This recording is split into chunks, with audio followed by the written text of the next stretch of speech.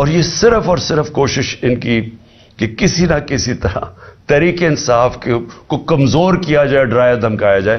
اس وجہ سے میں وہ اب یہ تحریک اناؤنس کر رہا ہوں اس کے بعد کہ ان کا جو آپ کا شوق ہے انشاءاللہ ہم آپ کا شوق پورا کر دیں گے. لیکن جو افسوسناک چیز ہے، میں یہ صرف اپنے کارکنوں کا اس لیے بتانا چاہتا ہوں کہ ایک تو یہ کیا کرتے ہیں کہ ان کے اوپر ظلم کرتے ہیں لوگوں پہ، پھر اس کی کہانیاں آتی ہیں ہمارے لوگوں کے پاس کہ جی یہ آپ کے اوپر ظلم کیا گیا تاکہ وہ باقی لوگ ڈر جائیں.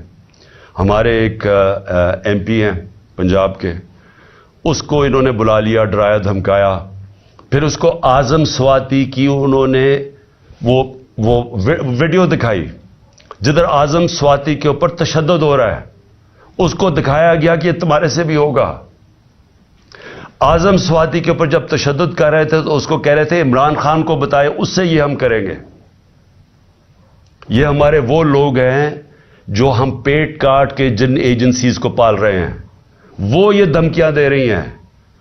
پھر وہ شہباز گل اس کے بعد سارا وقت پوچھے کہ جی بتاؤ عمران خان نے نہیں، اس نے تمہارے خلاف سٹیپ، یعنی شہباز گل سے میرے خلاف اسے لے رہے تھے، ایویڈنس لے رہے تھے کہ بتاؤ کہ عمران خان نے یہ کروایا تاکہ مجھے پھنسا سکے. جس کو یہاں سرکاری نوکروں کو انہوں نے جو پنجاب میں تھے جن کو اب او ایس ڈی کر دیا، ان کو بار بار پوچھتے تھے جی بچاؤ کوئی کرپشن ہے، کوئی انہوں نے کچھ کیا، کوئی انہوں نے پیسے لیے کوئی پوسٹنگ ٹرانسفر پہ. یہ آج حال ہے کہ کیونکہ یہ چاہتے ہیں کہ ہم ان کرپٹ لوگوں کو مان جائیں تو اس طرح کے حالات ہیں. لیکن میں جو سب سے جو ہم سب کے لیے ایک فکر کرنے والی بات ہے، میرے اوپر حملہ ہوتا ہے، ایکس پرائم منسٹر، وہ پہلے میں کہتا ہوں کہ یہ حملہ ہونے والا ہے، میں بتایا سب کو، میں نے میڈیا پہ گیا، لیکن جنہوں نے حملہ کیا وہ سارے اقتدار میں بیٹھے تھے. ایک ڈرٹی ہیری تھا، وہ بھی پاور میں تھا، اس کے پاس ساری اندرونی پاور ہے. دوسری طرف رانا ثناء اللہ اور شہباز شریف.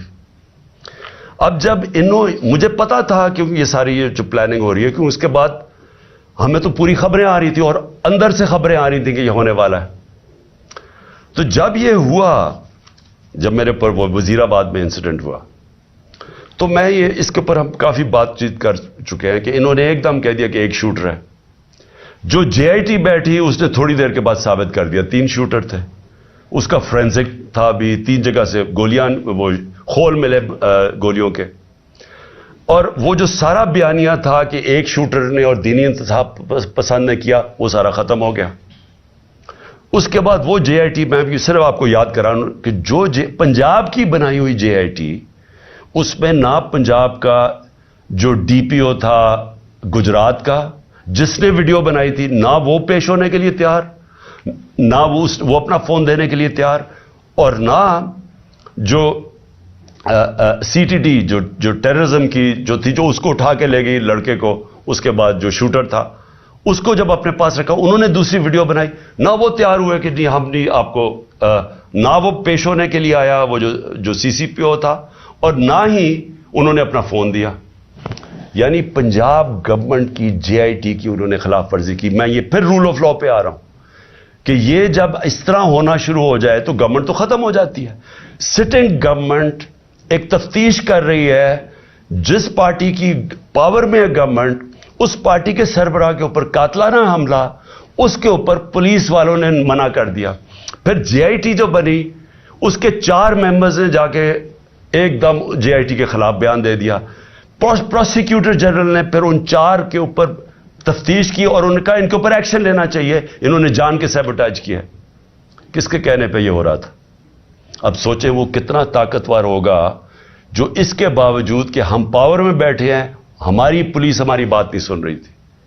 یہ ہوتی ہے رول آف لا. اب سوچیں کہ اگر ہماری گورنمنٹ کا یہ حال تھا کہ ہم اپنے سربراہ کے اوپر جو اس گورنمنٹ کا پارٹی کا ہیڈ تھا اس کو انصاف نہیں دے سکے تو باقیوں کو کیا انصاف دینا تھا؟ اس گورنمنٹ نے کس کی بات سن رہے تھے؟